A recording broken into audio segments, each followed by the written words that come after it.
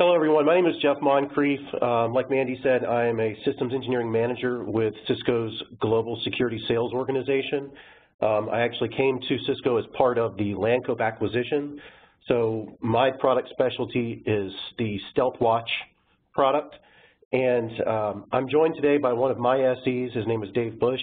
He is going to be administering the Q&A in the WebEx here. So if you have any questions about the presentation, about some of the material that we're going over, Dave is here to answer those, so we encourage you to ask Q&A throughout the presentation. Don't be shy. And at the end of my presentation, I'm looking to take around 40 minutes or so. At the end, we will stop and have a Q&A where Dave is going to ask some of the questions that have been coming in through the chat. So again, we encourage you to throw your questions in the Q&A, and we will answer them as we're able to. So today's presentation is called Solving the Visibility Gap for Effective Security. It's broken into 3 sections. We're going to talk about the first part of the presentation. We're going to talk about the current landscape that I've been seeing in the last several years since I've been representing Stealth Watch. And it's going to be kind of setting the stage for the current problem that I'm seeing from a fundamental, kind of getting back to basics viewpoint with network security. Then we're going to talk about some stories. I'm actually going to go over some actual findings that I think you'll all find very telling, if not shocking, of what we are seeing today in actual customer environments inside organizations' networks. And then we're going to talk about next steps. So with that being said, let's kind of get started here. And a simple customer question, and this is something that a customer asked me just a couple of weeks ago. I was doing a presentation for them, and I kind of showed them what some of our products can do, and the customer said, wait a minute, you mean you can show me DNS traffic moving within and out of my network? And I knew the way that the customer asked me the question that this customer got it. He understood part of the problem that a lot of organizations face today from a very fundamental, simple network security perspective. He was looking to see if we could show him things that were being tunneled across and in and out of his network. It wasn't just DNS traffic. This isn't just simple FQDN resolution over UDP 53. This was users that are trying to use that well-known DNS port to masquerade traffic or tunnel it. So I knew that he got that. And so we were going to have a great conversation moving forward, and I knew that we were going to be able to help this customer. So, I thought about it for this presentation, and I thought, well, what if the question was turned around? What if I asked you today, could you show me all DNS traffic moving laterally, east and west, and then north-south, in and out of your network? Most organizations could not truly tell me that they can catch every packet to get every conversation moving from one part of the network to another on UDP 53, as well as anything coming in and out of the network on UDP 53. So this is kind of setting the stage for what we're going to talk about today. It really is simple visibility that we're going to discuss. This is not next-gen behavioral analytics. This is not anomaly detection. This is just the scary reality from a visibility standpoint as to what I see customers are lacking within their networks. So just to kind of go over a few IOCs here, indicators of compromise, we've got malware propagation. So if you think of anything that would fall along the cyber threat kill chain, that would fall under malware propagation. 24/7 reconnaissance against a United States Department of Defense network. Rogue servers, both physical and virtual. DNS scrubbing, circumvention, either intentionally or from malware looking to get an updated URL for a DGA type worm or ransomware. Application tunneling over many ports and perimeter routers that were breached. This is just a small sample of actual things that I have seen in the last several years within customer networks. Now, I kind of want to step back a little bit before we just jump into the network story, and let's kind of talk about a house, all right? So let's think about how a house would typically have protection. All right, a house has got 4 walls, it's got a roof, it's got a floor, it's got windows, it's got doors, all of these different, perimeter type components typically protect a house from an intruder, from the elements, and they just protect the inhabitants inside the house and the assets inside the house from a variety of different angles, right? But I guess the question that I pose to you all is, how do we actually know that our windows are closed? How do we know that our doors are closed and locked? How do we know that there's, not a hole in the roof for whatever reason? An ideal way that we could ensure that the house's protection measures are doing what they're designed to do would be to literally have an eye on every square foot or square inch of that house.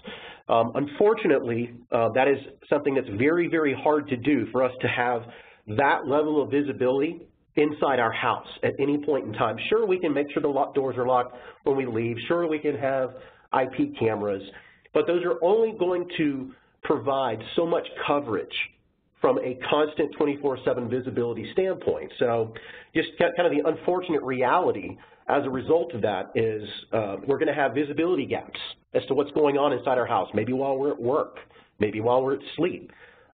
Maybe we have a child that leaves the door wide open. Maybe it was someone that was in a hurry. They thought they locked the door, but they didn't. We've got smart adversaries, the bad guys, all right? It doesn't matter what we do to try and protect our house. If someone really wants to get in and they've got the time and the wit, they're going to be able to usually find a way inside our house. So we've got that a problem again, where there's not enough bodies, there's not enough ability to constantly have someone protecting every single possible ingress point into your home. So how does this kind of compare to networks today? This graphic kind of says it all. We've got this nice brick fortified wall around our networks that we've had for many, many years. So you think of our perimeter IPS or IDS, our firewalls, right? While those are still absolutely required security components, the landscape has changed significantly over the last couple of years, and through the natural progression of a network with network sprawl, the inability, just because of the speed at which these networks are growing, to properly segment these networks has resulted in relatively flat networks from a VLAN standpoint, from a broadcast domain standpoint. So there's a lot of segmentation, problem that I'm seeing out with customers these days. Mergers and acquisitions. We have no idea what we're about to connect into our network. IoT, BYOD, those are pretty self-explanatory. Again, it's IP endpoint sprawl, and point solutions, they really only eliminate specific choke points. This is really just talking about we're only going to be able to see that traffic going through a firewall and IPS if it actually traverses that device. But what about the creepies, the crawlies? Sorry for lack of better terminology there, but the bad things hiding deep down at the access layer on that same 3850 catalyst switch inside that same broadcast domain at a remote location. If we don't have visibility into those lateral conversations, then how are we supposed to A, know what's there, good or bad, and B, protect ourselves against it? So another analogy is kind of a stranger in the room, okay? So if you think about wherever you are right now, it doesn't matter if you're in an office building, if you're in your home, if you're in a car, you've got some protection measures right there immediately around you. So let's take the room, for instance. You've got walls, you've got floors, you've got a roof, very similar to the house story. But what if someone comes into your office right now and takes something out of your bag and puts it into their bag? What if they move something? If you don't have your eyes open, if you don't have that level of visibility, then you have no idea as to what's going on inside that room right now. If someone were to take something from that room and take it into another part of your home or in your building, if your eyes were closed and you had the inability to hear, you would not know about that. And that's kind of what we're going to talk about today is, this, again, network sprawl, the IoT, the BYOD devices that are constantly coming into our networks from on-prem, from cloud, from VPN endpoints that are connecting into our network. It just creates a massive visibility gap. And that's what we're going to talk about as we move forward is how do we solve that, right? So the frightening reality that I'm seeing right now in customer networks is you know, we see, again, just kind of reiterate, we've got these perimeter security measures, but the problem is the lack of visibility deep inside customer networks. We've got entire segments that customers do not have visibility into.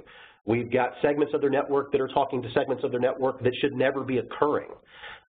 We've got access layer unknowns. We have no idea as to whether or not workstations talking to other workstations in the same broadcast domains, as to whether or not that's benevolent traffic or potentially malicious traffic. We've got limited staff. So, you know, we've got to pick our battles if we've only got 5 or 6 security administrators inside an organization. And then we've got a lack of staff expertise. We've got attrition and turnover. And so a lot of times these security teams that we talk to, they're behind the 8 ball from a variety of different angles. They're not necessarily set up for success. And they certainly don't have the visibility they need to protect their organization enterprise-wide. So what does this mean for a lot of these organizations that we talk to? It means that if someone asked them, you know, what happened on the network yesterday? Was it, you know, did we get DDoSed? Was it a particular application that was spiking throughout the network? Can you tell me if this machine was maybe acting suspicious because of something that had significantly happened today? In many organizations, they don't have that forensic capability. They can't go back and query their network, their actual one-to-one traffic, and go and tell an auditor or a law enforcement agency exactly what happened on their network with that machine at any point in time historically. That leaves you at risk of audit exposure. It creates the opportunity for employee misuse, and it leaves you directly accountable for things that go bad on your network and you not having answers as to what happened. So it kind of sets the story for what we're going to go over now, which are some actual customer findings of mine as I've been in the field with customers the last several years deploying StealthWatch. And these are real, actual findings. The screenshots are sanitized. I'm going to be pretty generic in general whenever I talk about the entities, but the takeaway is this is not rocket science. These are very simple stories that are telling, if not scary, and I hope that you walk away from this session today with 1 or 2 nuggets of things to go look for inside your network that might be there today. Because I can almost guarantee you the next few stories that we're going to go over, 1 or 2 of them most likely exist inside your network today. So we're going to jump right in. The very first story that I want to tell you is DNS client risk. This is a huge issue these days. This is why Cisco's OpenDNS is such a huge opportunity and so valuable to so many organizations right now, is because so much malware these days relies on DGA, dynamic domain name generation. And these URLs are constantly changing, and this malware needs to phone home in order to get its updated bad URL to connect to, do the key exchange, and encrypt a machine that's inside your network. So we've got services like OpenDNS that protect us from that. You know, maybe you're a Google Apps user, so you use Google's DNS servers. Maybe you don't want to use Google's DNS servers for whatever reason. So imagine the ability to go in, light up the inside of your network from end to end, perimeter, core, distribution down to the access layer, and know exactly every machine that's talking to Google's DNS servers when you need it to actually talk to a scrubbing service. So you can see here inside one client's network, we actually found 973 peers that were talking to Google's DNS servers when they were actually supposed to be talking to the organization's authorized DNS servers. And as you kind of follow down the column right here for peers in this particular screenshot, you know, we've got 45 machines in the network that are talking to another DNS server. We've got 8 that are talking to another, and 7, and as you kind of work your way down, you get the idea here.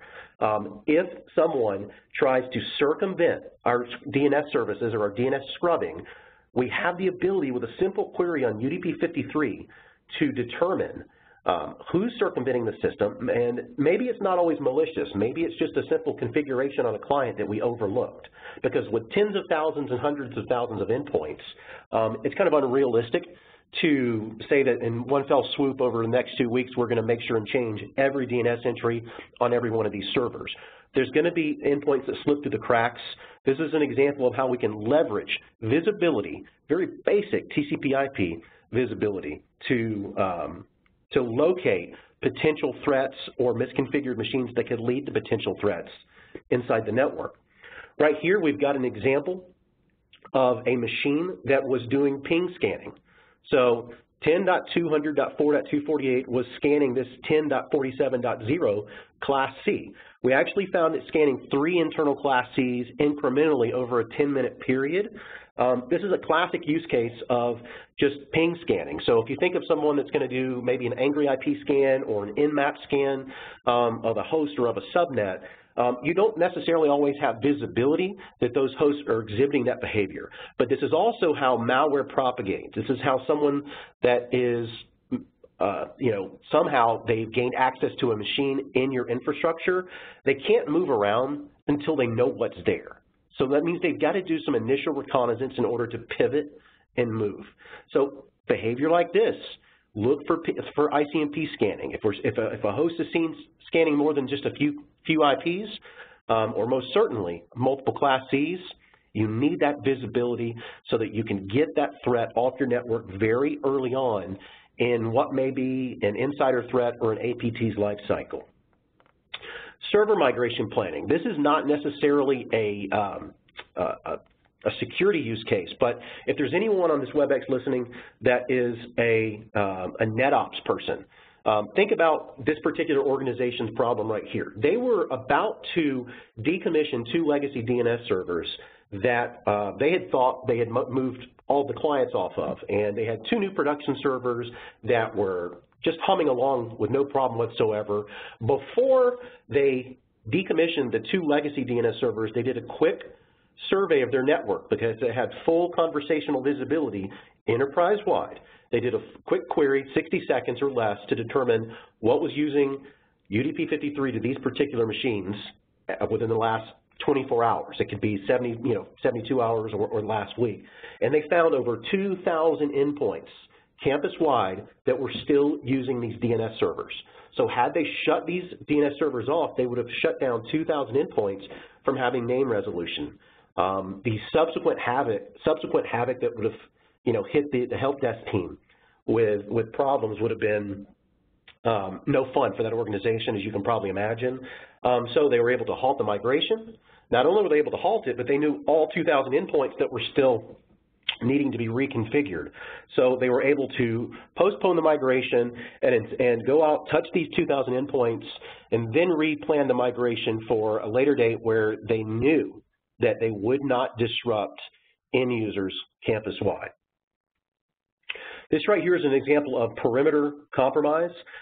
This was an entity that I did a deployment with several years back. And believe it or not, this particular machine right here, this 10.1.223.11, I pulled up a quick report. I said, this machine, it appears to be talking bidirectionally on TCP 3389, which is a well-known default Microsoft Remote Desktop port. I said, it doesn't look like your firewall's blocking this because I see it talking inbound and talking outbound. I said, can you tell me what is this machine? And this was another organization that had a very small IT and InfoSec staff. We were all huddled in the same room together. I'll never forget this day. And they said, well, yeah, that machine is a cafeteria vending machine. And I said, do what? They said, yeah, it's a cafeteria vending machine. And I was speechless. And they continued to tell me more, which made me even more speechless. They told me it was a dirty tray return machine, which I've never heard of such a thing. And it turns out, long story short, that this machine was installed in the campus's cafeteria for loss prevention. And it spit out a token as soon as you deposited a dirty tray. It would then give you a clean tray when you came back the next day and put your token in. So it makes sense for loss prevention. Totally get that. Why was it running Windows embedded? So Windows CE, I had no idea, and they had no idea. I then asked them, what does this machine have access to? And they said, well, it appears from the firewall rules it has access to most of the network. So you can imagine how they immediately locked this down, and we had found what for some unknown amount of time had been a pivot point into the rest of the network. Now, this was not the only machine that I found doing this. I also found not legacy, but a contractor jump box that they had deployed and had forgotten about. And it was also doing the same thing, talking bidirectionally over 3389 to pretty much the entire planet. So instant visibility, not anything hard here. Tell me what's talking on TCP 3389 on the network here. Rogue network detection. So this is a great one. This organization I worked with, they had no idea that a 192.network was talking to a 10. They thought that when I showed them this query here in our product that I was crazy. And I said, okay, you can think what you think, but you know I know what I'm looking at here. You've got a 10 that's bridged to, or a 192 that's bridged into this 10. So we ended the call.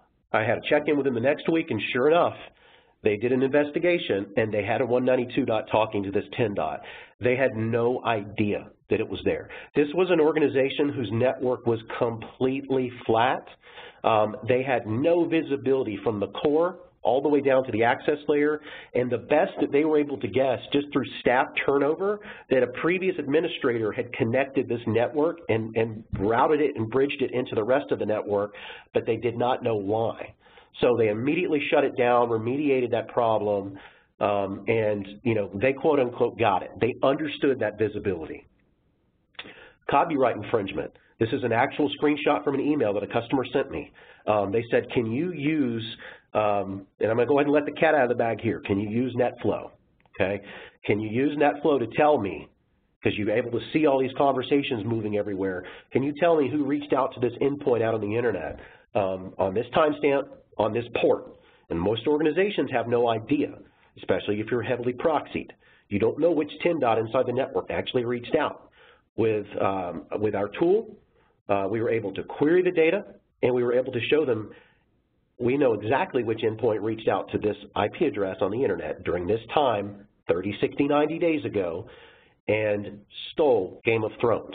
And from my experience, it tends to be more often than not Game of Thrones with our IAA infractions. So it's not just lateral visibility. We're talking about things that are both north and south, things that are coming into our network and things that are leaving our network. Breach response. An organization asked me, can you tell me who logged into this firewall last night and made a config change? Well, I can't tell you, much about the configuration changes themselves, but from a visibility standpoint, because we see everything, I can absolutely show you who accessed that machine at 11:50 p.m. last night and what did they do? You know, in other words, which ports and protocols did they talk to it on? How long did those conversations take place? How much data was sent or received? When was the first time we ever saw that machine attempt to talk to that machine?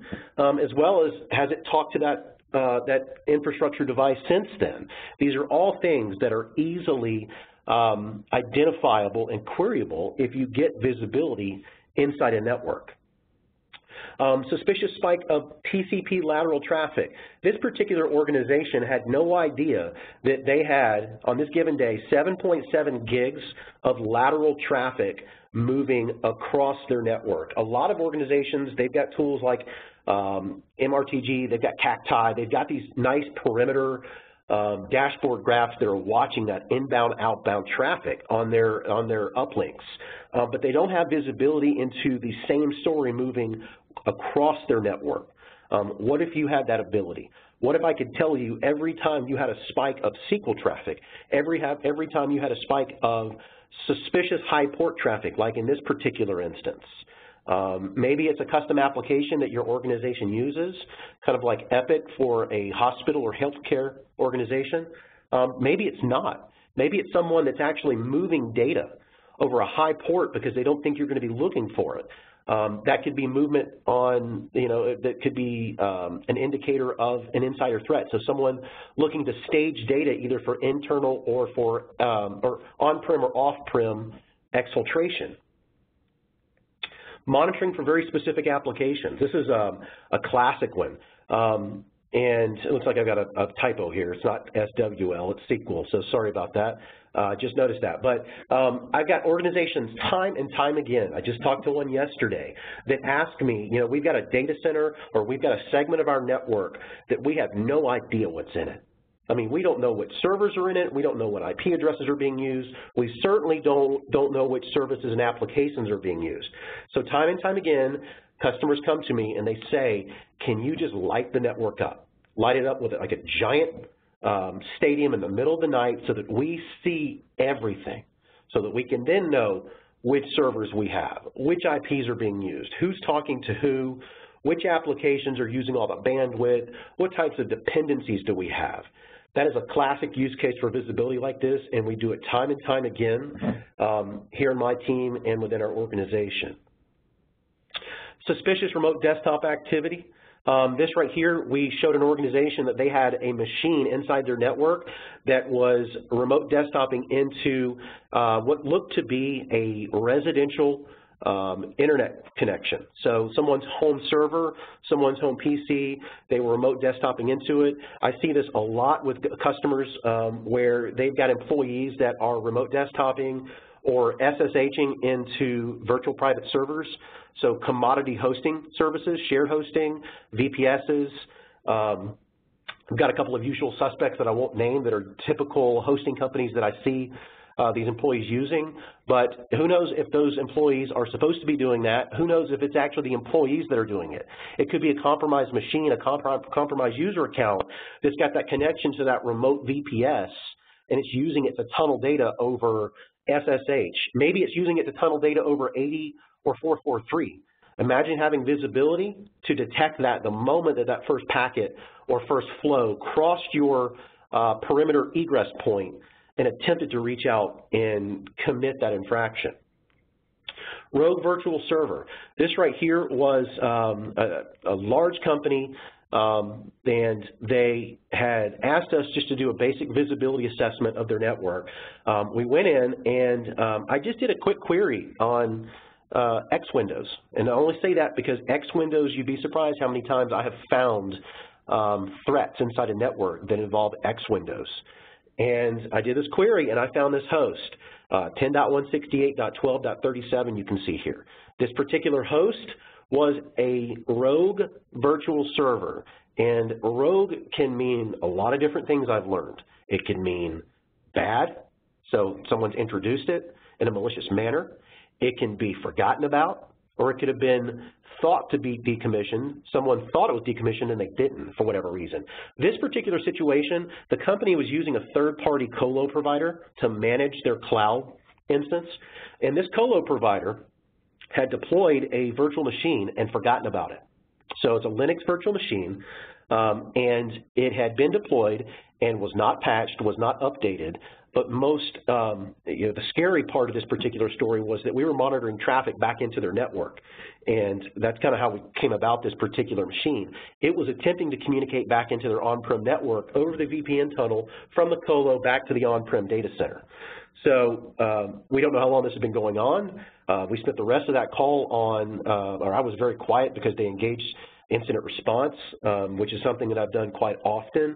And just listen to incident response teams react to a situation like this where they have to go find out what happened. And that's how we found out that this was a rogue VM that had been forgotten about. Another situation here, a compromised host. This particular machine, we actually, and I'll go ahead and say this was a healthcare entity, and this was an X-ray machine. So like a Windows XP controller on an X-ray machine. It could have been an MRI machine, a CAT scan. I don't know for certain. But I asked the organization, what is this machine right here? Because it is doing an awful lot of scanning. I'm seeing it scanning a Class B out on the internet. And they said, well, let's look it up in the asset inventory system. And they said, well, oh yeah, this is an X-ray machine. And I said, well, your X-ray machine is scanning this Class B owned by the U.S. Department of Defense 24/7 on TCP 445, which is a very well-known classic Windows, NetBIOS, or SMB communication port. Should not be leaving their network, certainly should not be scanning the U.S. military. They immediately got this machine off the network. We actually identified a second machine that was doing the same thing. The good thing is their perimeter firewall was blocking this traffic. They were never actually getting out to the internet, okay? So the perimeter firewall was doing its job, right? Again, that's an example of that security perimeter measure that you have to have. But you still have to have visibility that this was going on, because this was not necessarily the only target of this particular malware that was on this machine. It could have been an internal target also.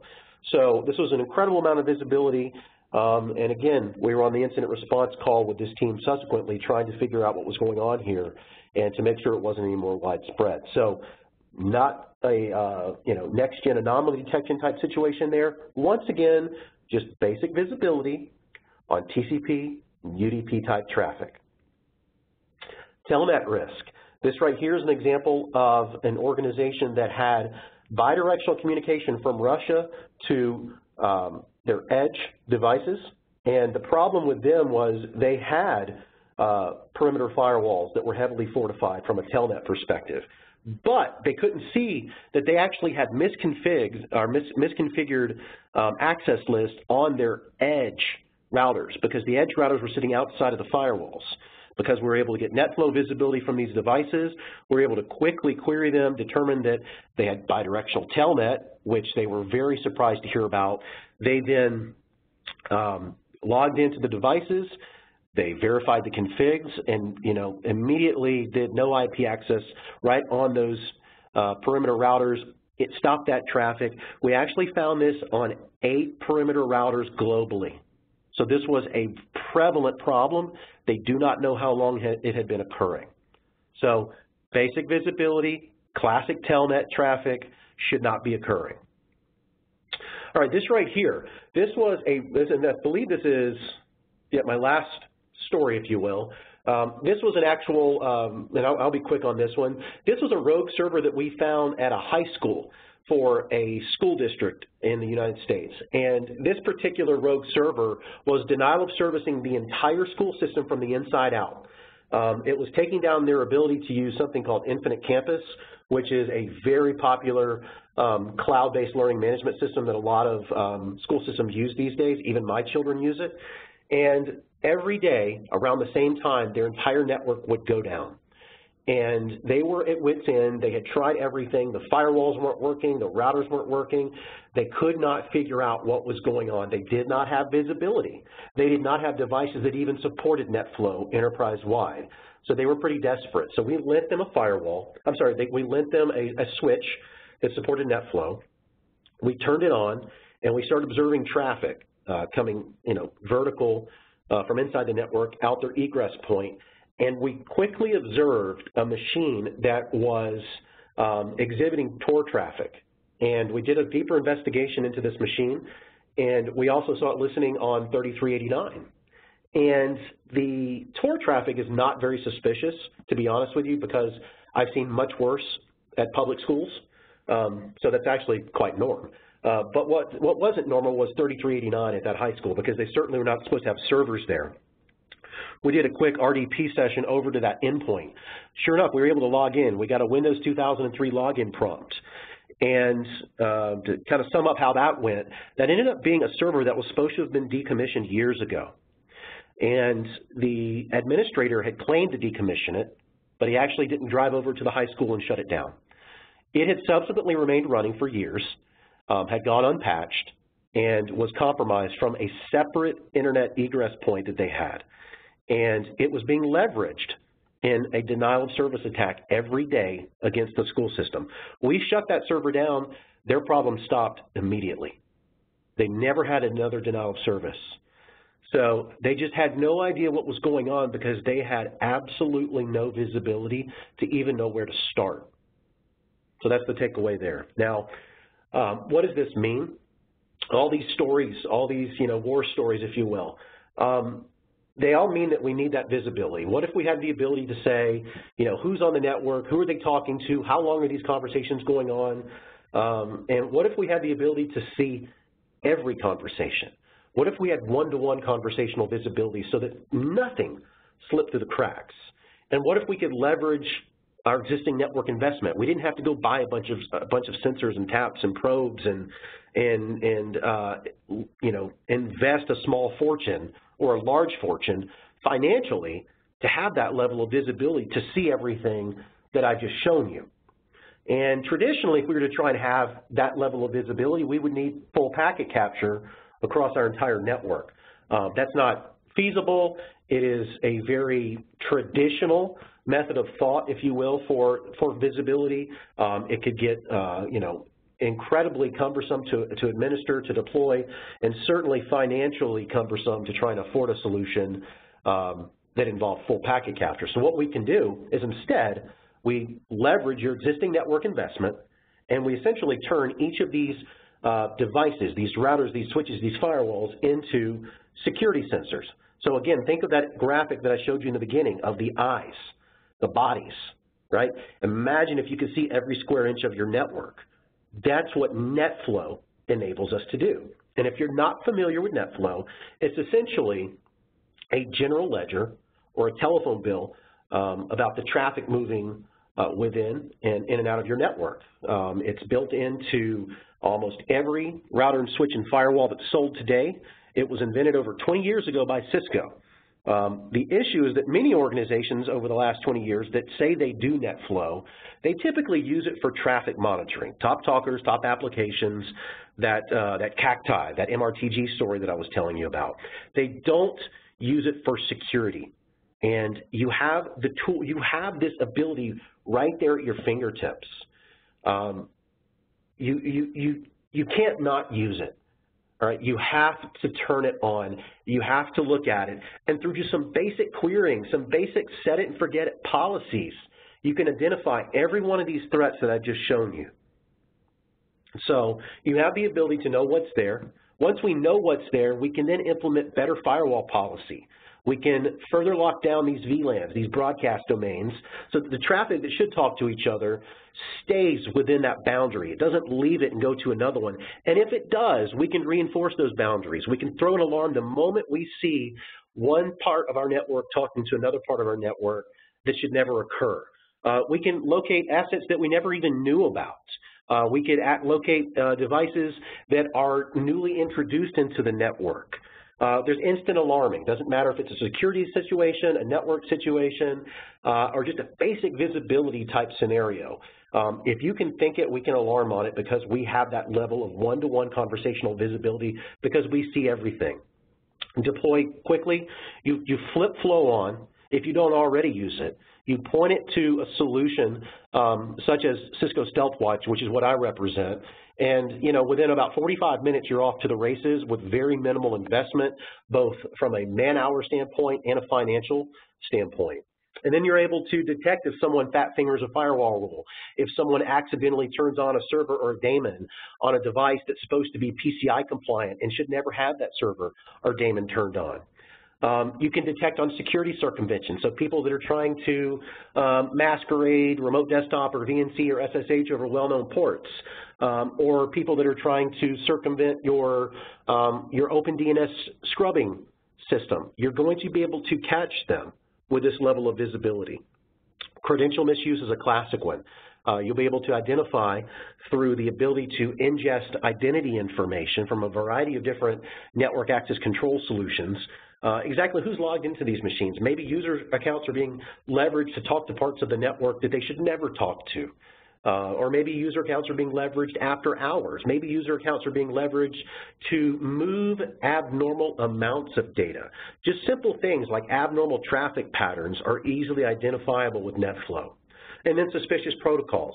You know, we had no idea that SQL was talking in this remote branch. Or why is this remote branch running all this SMTP? We should never have a mail server there. Or that story about 3389 at the remote high school. All of these are classic use cases for this type of solution. So in summary, I think the takeaway that I want you all to have is that despite years and years of firewall innovation, next-gen firewall and IPS innovation, endpoint innovation, antivirus innovation, malware type detection, they are all absolutely essential. but I think that from what I've seen the last couple of years, they're not enough. They are not able to show us everything that's sitting inside these blind spots inside our network. It doesn't matter if it's in our DMZ, if it's in a remote location, if it's deep in the data center on a same access layer switch, or inside our virtual infrastructure. If we're not able to see inside that virtual broadcast domain, we are putting ourselves at risk. And you have the ability to do this. The solution is in your network today. You turn your flow on. You set some rules that are predominantly set it and forget it. If I see this port of protocol in this part of the network, I want to know about it. You can go about your day, but you know that you have that one-to-one protection. So for me, this would be job security at its simplest form. A second line of defense, a checks and balances type system. Be the hero, not the other way around. That's really the takeaway there. Now, as far as next steps goes, there are things that we can do for you. And it's very simple to continue the conversation from here. We offer a free visibility assessment that will do just this. You sign up for this free visibility assessment on our website. We even have a nifty little quiz that will give you a visibility score just based upon questions that are related to the things that I've discussed and shown to you today. And if you show, if you answer these questions and it shows that you don't have the visibility that you need, I urge you, it's in your best interest to take advantage of this free visibility assessment. And what we do is we come in, we deploy a couple of VMs, it's very quickly and very lightweight. We examine NetFlow from a couple of key points in your network, and we let it run for about 2 weeks. And at the end of those 2 weeks, we're going to show you all of your DNS risk, all of your NetBIOS risk, all of your remote desktop risk, your telnet risk. If you have crown jewels, the sensitive assets, we're going to let you know if you have behavior targeting those endpoints that could potentially indicate a threat inside your network.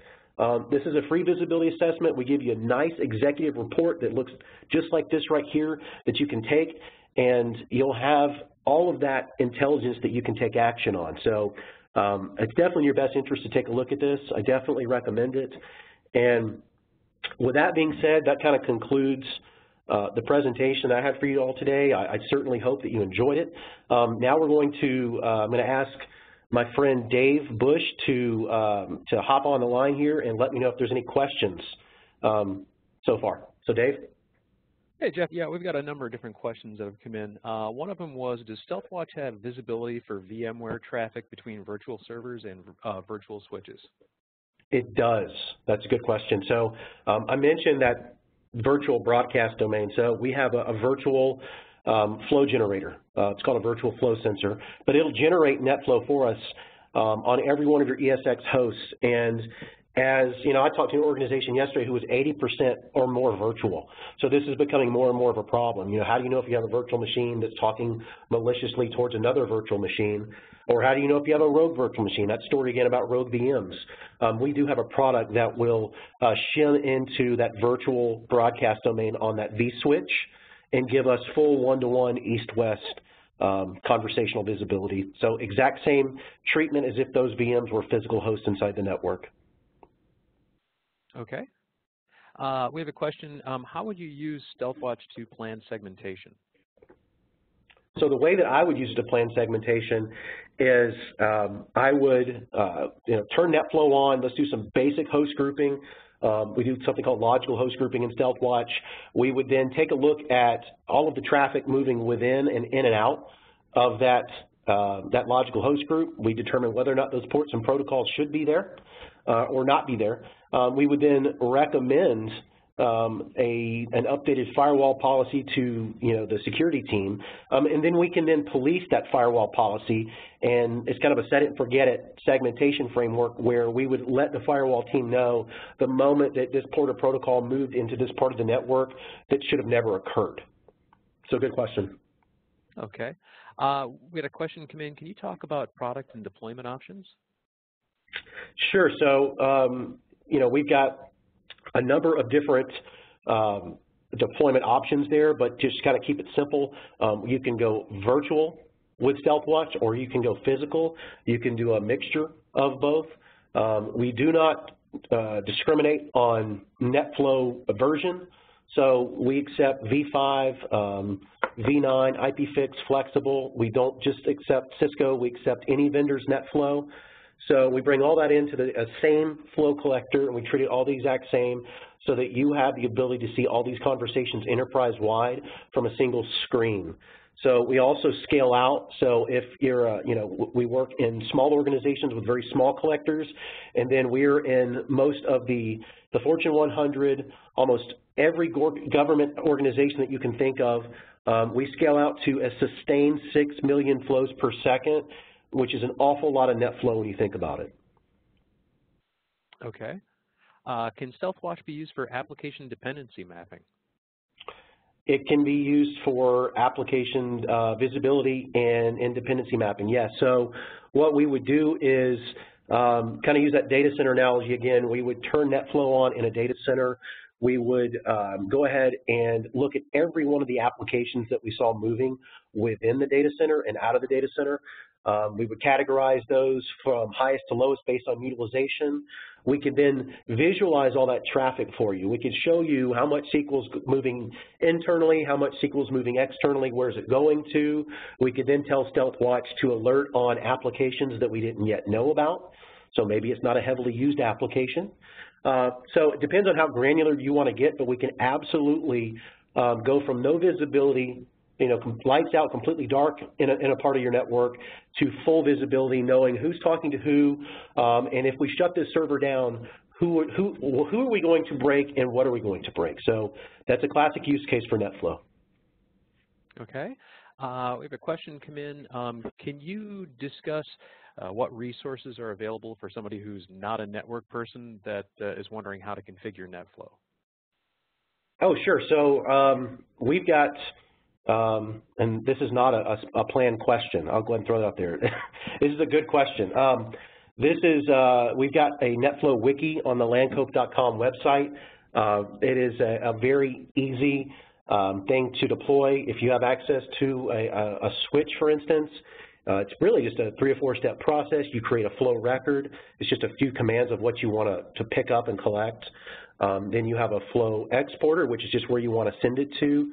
Then you have the flow monitor where you tie the two together. It's just 2 commands. And then you apply it to all your different interfaces or VLANs that you want to collect flow from. You just drop down to that interface. You would apply that monitor to the input or the output of that interface. And once you do that, you're off to the races. That NetFlow, as long as you've got the port open on your network to allow, which typically UDP 2055, you would have NetFlow going into your flow collector. It's even easier on a Cisco ASA, for instance. And I also know that the next-gen firewalls, the Firepowers, they also support it. That's a relatively new feature. So it's not very hard. It's just a couple of minutes of configuration on each device. And for what you get for that time investment, it's well worth it. Okay. Can you talk about what kind of integration there is between StealthWatch and a SIM such as Logarithm or Splunk? Sure. So that's actually a question I get asked a lot in a different manner. Customers ask me, how is StealthWatch different from a SIM or something like Splunk or Logarithm? And we are not. It's not an apples-to-apples comparison. We are not a SIM. If you imagine trying to send, 100,000 flows per second from all across your network with thousands of different endpoints into a SIM, they are not going to have the intelligence to really make sense of that amount of traffic. Another problem with NetFlow going into a SIM is that NetFlow is unidirectional, it's UDP-based. So what that means is you have no idea which conversations are associated with which other conversations. 5,000 conversations or 5,000 NetFlow records might be associated with the same conversation between 2 endpoints. StealthWatch makes sense of that for you. We have the ability to associate all these unidirectional NetFlow records from throughout your enterprise. We have intelligence, it's proprietary under the hood, that makes sense of that. We stitch those 5,000 records into a single NetFlow record that's bidirectional. You can see this machine reached out to this target. Did the target talk back, yes or no? From there, we baseline your network. We look for anomalies. And if we see anomalies, we're going to trigger alarms. Okay, this is a very simple scenario here with StealthWatch, but that's what we send to to Splunk or to Logarithm. We send high fidelity, actionable alarms to the Splunk admin so that when they get the information from us, they know that they need to act on it because we've weeded out the noise and there's actual fidelity to information, so they complement each other. Many organizations, they take us and they feed it into a Splunk. Cisco's own internal IT, they use us in conjunction with Splunk. That's how they use it, so it's a classic use case. Great question. Okay, somebody's asking if you could talk about the requirements for a NetFlow collector and how many endpoints Flow collector can support. So it just depends on which model. We've got 4 different models of Flow collector, the 1000 through our 5K, and it really has to do with throughput. That's really how we size these. And the largest Flow collector can handle up to 240,000 sustained flows per second. A single StealthWatch incident can scale out to 25 Flow collectors and 6 million flows per second. And that, for the most part, that spans the physical and virtual deployment spectrums. Okay, last question I've got for the moment is how does StealthWatch compare with other products such as Gigamon? So Gigamon is a span or a tap aggregator. So a lot of organizations, they might want to do real-time packet capture for forensics or for other business reasons or InfoSec reasons. So they'll use a Gigamon to redirect that traffic to multiple destinations. One of those destinations would be StealthWatch. We would take that inbound span and we would analyze it. We would do deep packet inspection, which is another feature of our product. And we would analyze it for application verification, for URL, for network latency metrics. And then also Gigamon has the ability to generate IPFix flow. So we can also treat Gigamon as an exporting device. If you wanted to send us NetFlow to do our anomaly detection and to do that segmentation and compliance alerting that we kind of went over in this presentation. So again, Gigamon would be a complementary tool to us.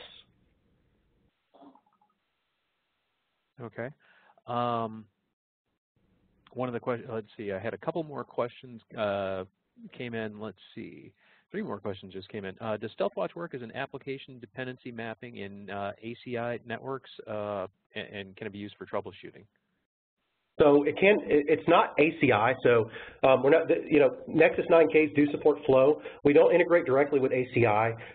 We do leverage NetFlow off of 9Ks if they have the appropriate. I believe it's the M series module. So it would be a separate method of doing application dependency mapping outside of ACI.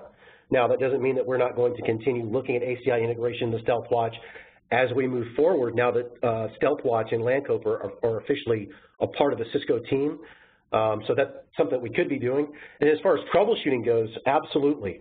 If someone comes to us and they say, if there's a problem in the network, can you tell us why was the network slow yesterday? That's a classic use case for NetFlow and for StealthWatch.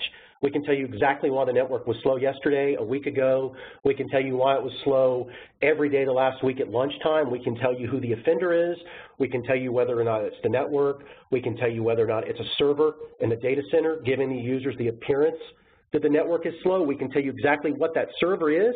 We can even tell you which port and protocol and which application is making the network appear that there's a problem. And then we actually take it a step further. We do early warning detection on latency. So whether it's server response time or round trip time, we do have the ability to do early warning detection. So we'll let an administrator know the moment that there's building latency or a building bottleneck, and they can remediate that, investigate it, determine what's going on within 60 seconds inside StealthWatch, and remediate that problem long before the help desk fills up with tickets.